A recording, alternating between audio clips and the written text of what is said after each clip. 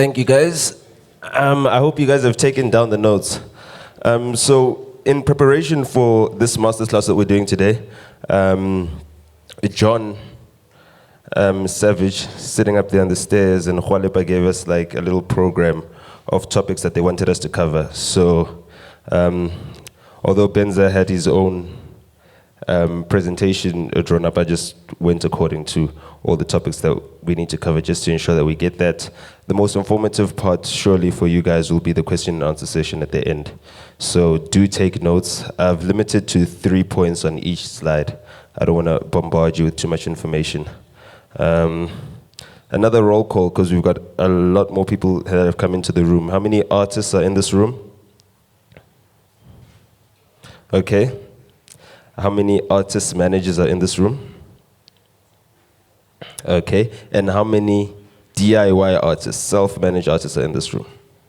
Okay. Now I'm going to ask the question again. How many artists are in this room? And before you put your hands up, if you understand that management is an art form as well, right? How many artists are in this room? Everyone in this room is an artist. There's an art to this. It's not just business. So, financial well-being of an artist manager. Define your roles and responsibilities. That's the first thing you need to do whenever you get into an engagement, or if you're deciding to take up an artist that you're going to manage, or if you're managing yourself. What are your roles? What are your responsibilities? There's different kind of artist managers. There are managers who are employed by the artists and manage them, and then there are artist and manager business partners.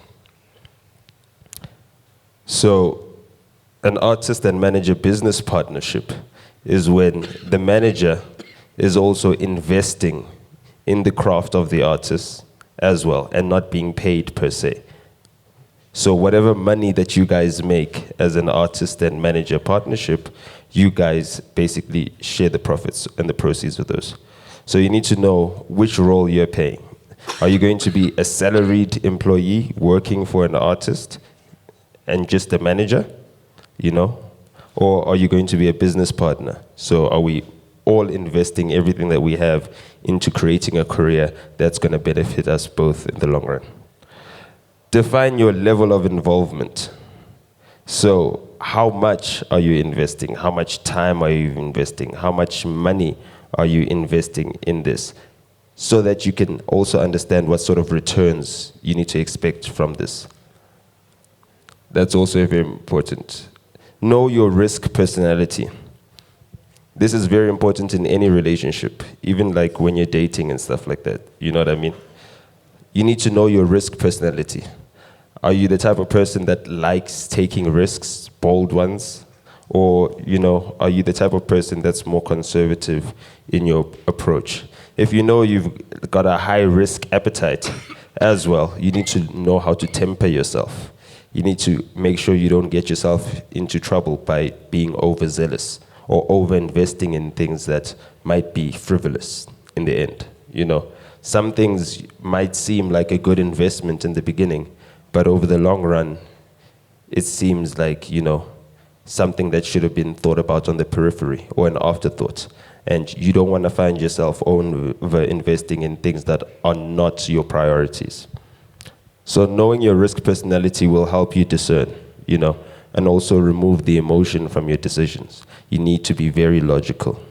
You need to know that if sometimes you've got too much of an emotional attachment to something, you need to recuse yourself from the decision making.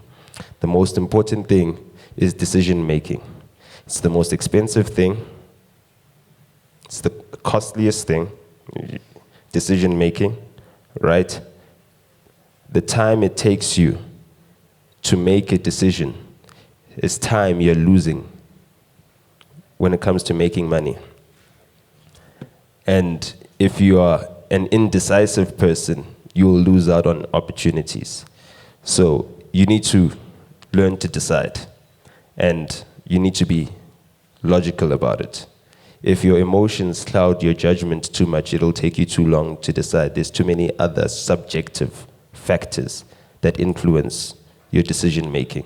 And what you need to do when you make a decision is be objective.